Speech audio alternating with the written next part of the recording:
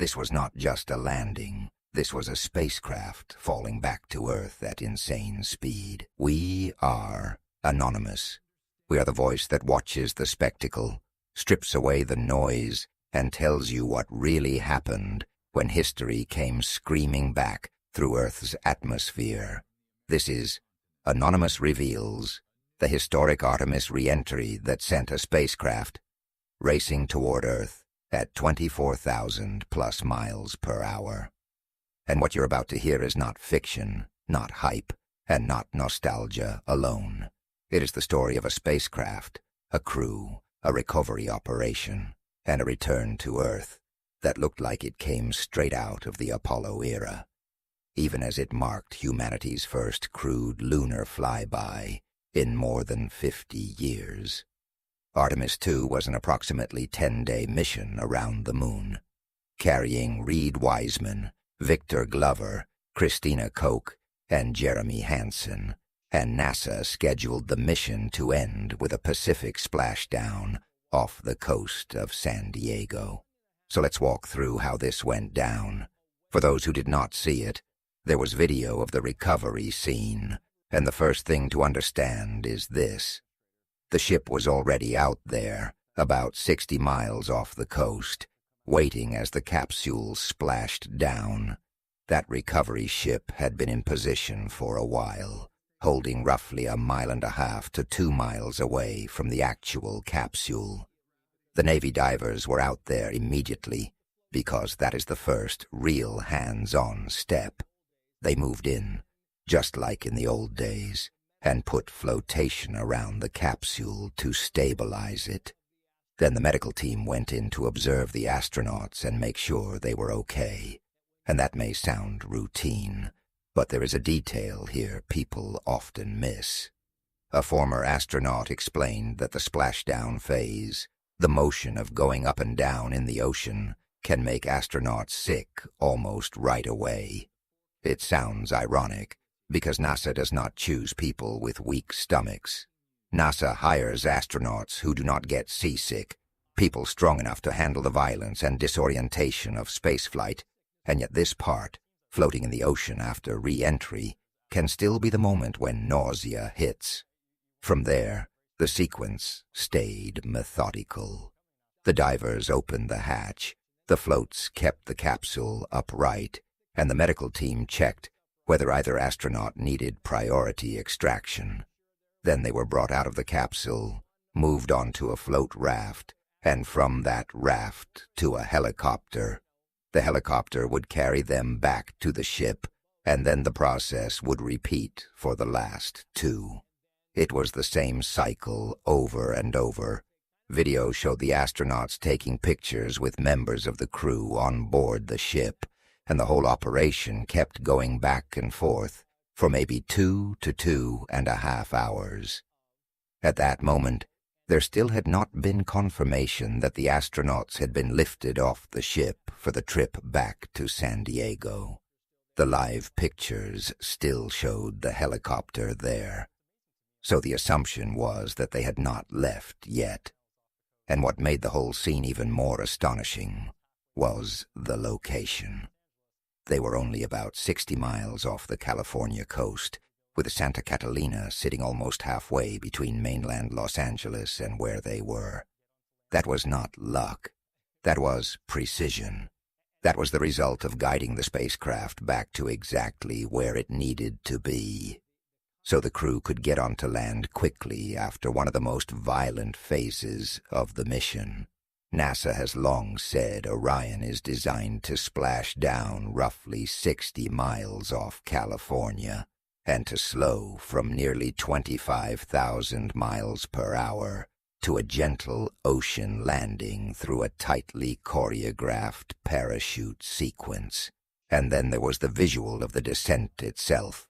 3 parachutes overhead, the capsule coming down, everything floating slowly toward the ocean. It looked like going back in time, because the truth is, nobody had seen that kind of landing in more than 50 years. Kids watching it were riveted. Adults were staring at it like a memory from another age had suddenly come alive again. And honestly, a lot of that technology had already been proven long ago. The logic was simple. If it is not broken, do not fix it. The parachute system still used a reefing process, using detonations to open the parachutes in phases. The capsule itself looked like an Apollo capsule. The pickup looked familiar, too, with the Navy moving in for recovery. Tried and true remained tried and true.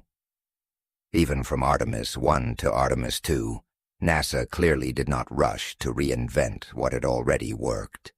The point was not to make changes just to make changes. The point was to build on success. NASA's own recovery planning explains that Orion's parachute system deploys in a precise sequence after re-entry, and that exact reliability is what makes this old-school-looking return procedure so effective. Now consider the physics of what the crew had just survived.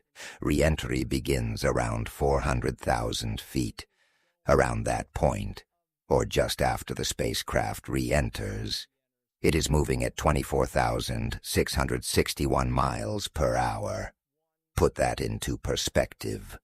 That is roughly 12 times faster than a commercial airliner flying at 35,000 feet. And the re-entry altitude is about 40 times higher than that same airliner's cruising height. The recovery ship, the John P. Murtha, stayed about 1.5 miles away and did not move in too close. Meanwhile, Navy boats and support elements had been in the water hours and hours ahead of time because they needed every condition right for the landing. And beyond the spectacle is the science. The Kármán line sits at 100 kilometers, about 330,000 feet above Earth, and the entry phase is considered to begin around 400,000 feet, just beyond that line. Once the spacecraft enters that zone, it is being welcomed back to Earth by tiny atmospheric particles that begin slowing it down and heating it up until eventually it ends in the ocean. NASA's recovery documentation says Orion drops from nearly 25,000 miles per hour to about 300 miles per hour before its system of 11 parachutes deploys in sequence, bringing the capsule down to about 20 miles per hour for splashdown. The helicopters involved were 2 Navy Seahawk MH-60 helicopters. Their job was to transport the astronauts from the capsule back to the ship, and then from the ship back to San Diego. That part was expected to happen very soon after the recovery sequence wrapped up. Earlier, there had been talk about the possibility of hearing from an astronaut at the news conference, maybe even a few astronauts, but that idea was shut down quickly, and honestly, that made sense. The astronauts were not in media mode. They had testing to go through, medical examinations to complete, and a checklist to work through before they would ever be placed in front of cameras. They were probably hungry, too.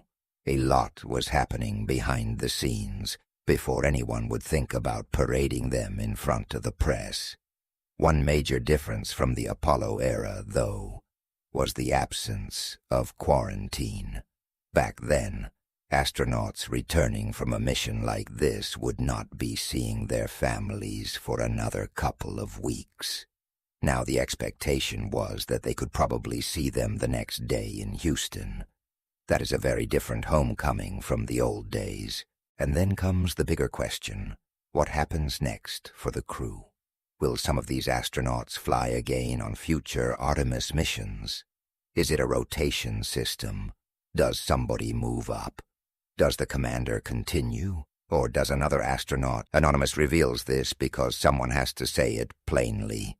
Our patience is running thin, not with truth, but with lies, ego, and blood-soaked performance. If you are watching this, do not clap for the spectacle. Question it. Share this message. Expose the propaganda. Hold power to account before the next move changes everything.